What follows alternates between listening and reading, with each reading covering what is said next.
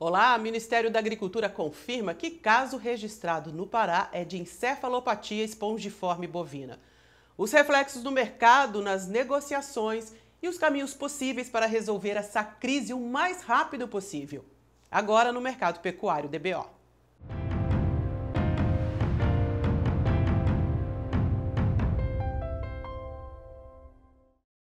O Ministério da Agricultura confirmou que já era esperado. Em nota divulgada na noite de quarta-feira, disse que o caso registrado no Pará é de encefalopatia espongiforme bovina, um mal da vaca louca. O animal macho de 9 anos fazia parte do rebanho de uma pequena propriedade no município de Marabá. Criado a pasto, sem ração, foi abatido e a carcaça incinerada no local.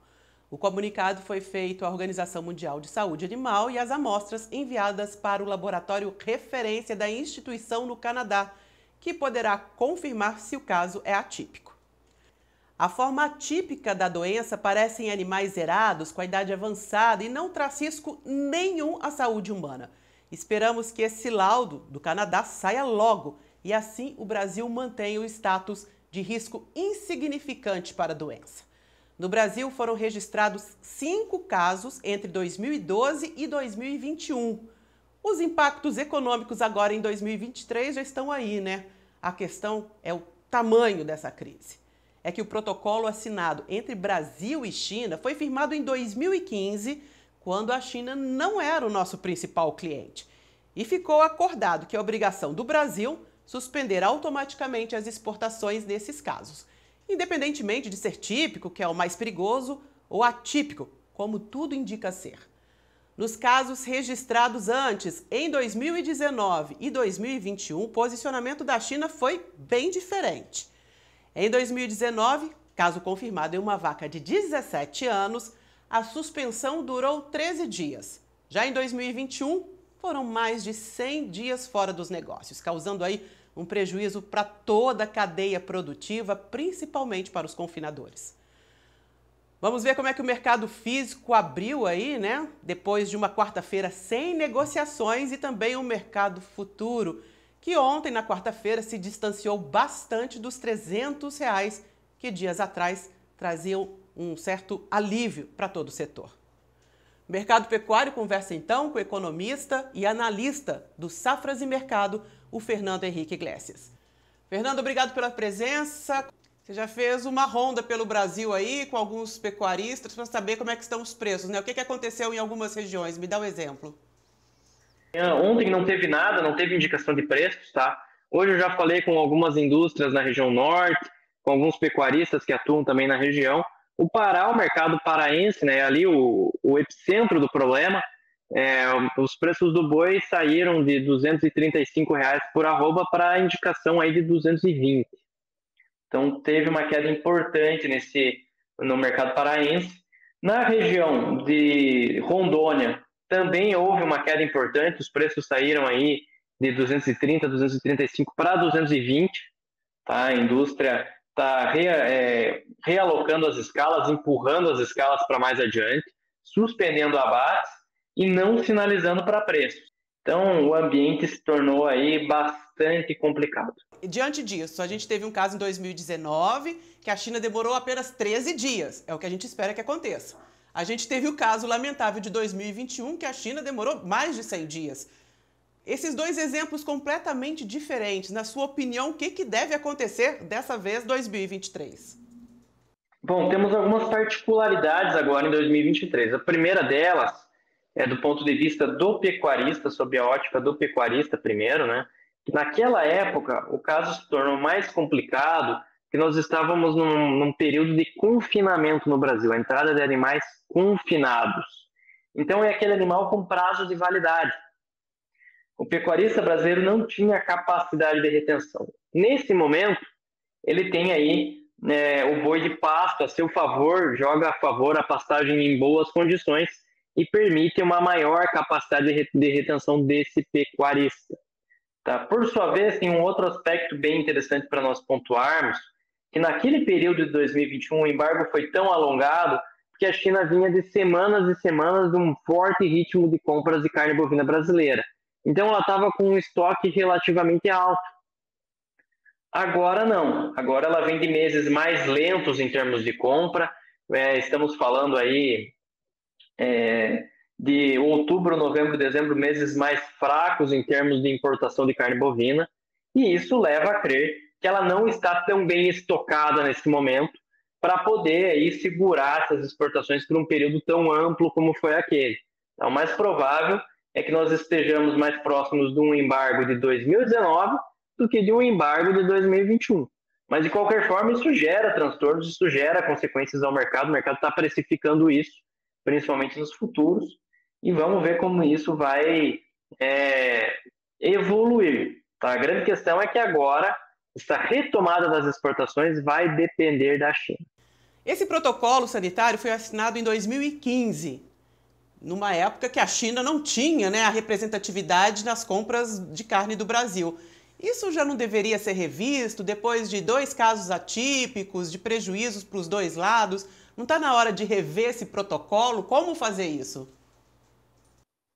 A grande questão é quando se trata de acordos comerciais, não é tão simples assim você conseguir efetivamente mudar cláusulas, mudar termos. As negociações muitas vezes se arrastam por anos, por décadas. Então não é algo necessariamente simples de você conseguir remover. Tá? Então, infelizmente, ainda estamos amarrados nesse acordo. Precisa ser revisto, né? Acaba se tornando extremamente nocivo para o Brasil. Citando o que aconteceu aqui, estamos falando de uma propriedade com 160 cabeças de gado, em que acabou fechando o mercado inteiro do Brasil para o seu principal importador. Então, realmente precisa de uma revisão, por mais demorado que isso seja, para que realmente não tenhamos um impacto assim tão representativo dentro do mercado brasileiro. Isso está gerando um caos enorme aqui no Brasil, está gerando uma mudança de rumos muito grande em função desse tipo de situação. Então, realmente precisa dessa revisão. Pois é, a gente já tem um ano aí de baixa do ciclo pecuário, de uma pressão no preço da arroba com a China, e sem a China agora, o cenário é nebuloso, né? Fica ainda pior, com certeza. Nós já estamos num ano de expansão de capacidade produtiva, de uma projeção de maior volume de animais abatidos, de mais fêmeas sendo abatidas. Então é um ano já de oferta mais pronunciada. Agora, sem a China, o quadro fica ainda mais difícil, muito mais complicado. A situação realmente é bastante complexa. Tá? Então, não é algo simples realmente esse momento que nós estamos vivendo dentro do mercado do boi gordo. O laudo de confirmação do mapa na quarta-feira já diz que é atípico, ou a gente precisa desse resultado vindo do Canadá? É importante aguardar essa contraprova que vem do Canadá, é o laboratório de referência da OIE, tá? Para esse tipo de caso. E, mais uma vez, elogiar o trabalho de sanidade animal que é realizado dentro do mercado brasileiro, tá? O Brasil segue à risca aí todas as diretrizes, todas as normas. Foi muito transparente com relação a esse caso. 2021 também foi, tá? O Brasil trata com muita celeridade essas questões, com muita agilidade, tá? E, enfim, realmente vai depender muito da posição chinesa, se vai retomar essas compras ou não, em qual velocidade ela vai retomar. Isso é fundamental hoje, mas de qualquer maneira, nós estamos aí num momento em que o Brasil realmente tomou todas as medidas possíveis para conseguir minimizar os efeitos dessa situação dentro do mercado. A gente fala muito na China, mas e as exportações para os outros países? Como é que elas são impactadas por causa disso? Bom, aí vai do acordo comercial que é firmado com cada um desses países. Mas nós não temos uma cláusula de gatilho como é exatamente essa que nós temos com relação à China. No caso da China, o Brasil voluntariamente suspende as exportações.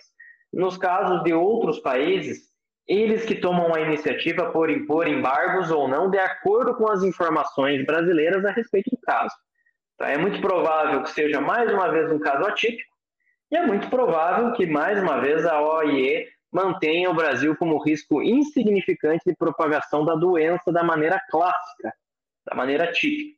Então, ter essa tranquilidade, o trabalho ali dos órgãos, do mapa, está sendo realizado, está sendo feito, e confiar nesse processo que aí, né, e torcer realmente para que a China reabra esse mercado da maneira mais ágil possível.